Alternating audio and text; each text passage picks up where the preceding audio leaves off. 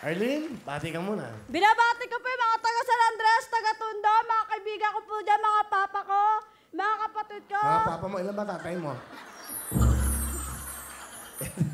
Papa mo. Isa lang po. Tuloy mo.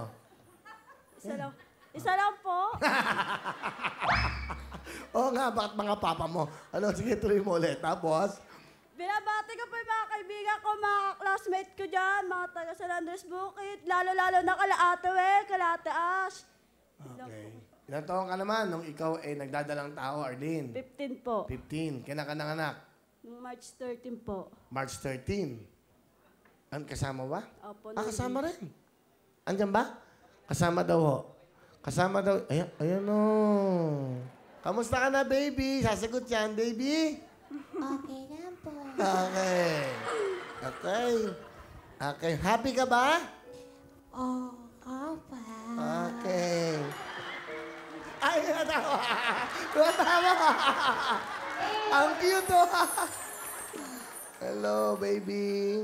Ay, thank you Kakausapin ko. Thank you, Direk. Kakausapin. Yung tatay ng anak mo, nasaan? Nasa Batangas po. Pero magkasama kayo? Hindi po. Hindi rin.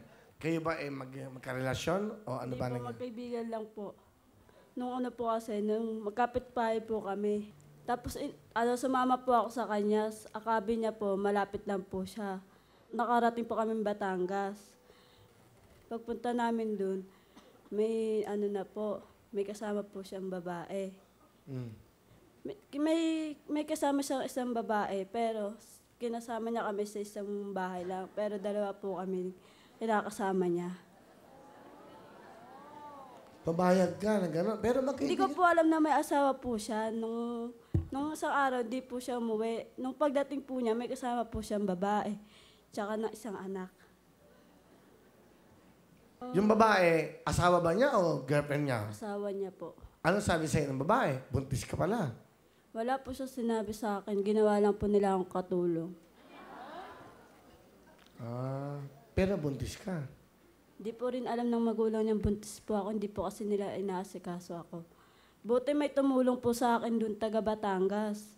Sa Ate Joanne po. Sabi niya, Lynn, tatakas kita dyan. Alis tayo madaling araw.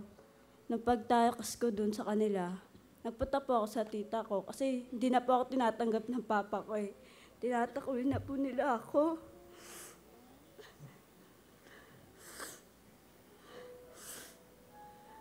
Pati mama ko, tinatakwil ako. Pwede daw po ako umuwi, pero yung bata, wag daw isama. Hindi ko naman kaya iwan yung bata. Kaya mas pinili ko yung bata kaysa sa magulang.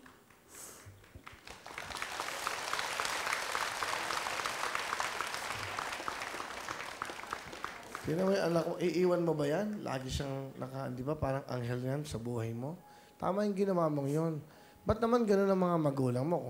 Bakit dapat nga mas tanggapin ka nila dahil may regalo ka sa kanila? Di ba parang, di ba? Ewan ko po sa kanila. Sino kasama mo ngayon? Tita ko po yung nag-aruga sa akin nung buntis pa po ako sa kanya. Tita mo. Pakilala mo yung tita mo. Pinapakilala ko po sa inyo, pinagmamalaki ko pong tita, nag-aruga sa akin, si Tita Ana po. Gandang gabi po, Kuya Will. Ano kayong tita? Kapatid yung nanay niya o tatay niya? Sino kapatid niyo? Mama niya po. Buti kinukup niyo po ang batang ito nung... Siyempre po, dahil hindi naman po iba sa akin. Tsaka isa pa, kapatid ko yung nanay niya. Tama naman. Ano po, tita, ang gusto sabihin kay Arlene, batang-bata pa to. Yun po, ang masasabi ko lang po sa pamangking ko, huwag ka mag-alala kahit pinabayaan ka ng mga magulang mo. Andito kung tita mo, ibabangon kita kayong dalawang mag-ina. Akong bahala sa inyo.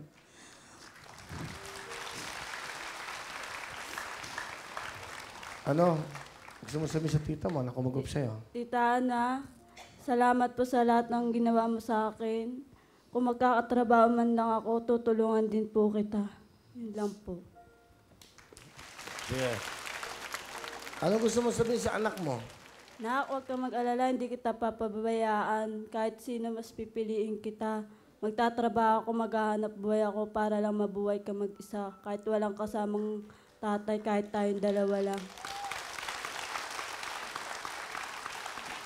Meron kang 10,000, Aling. Ha? Po.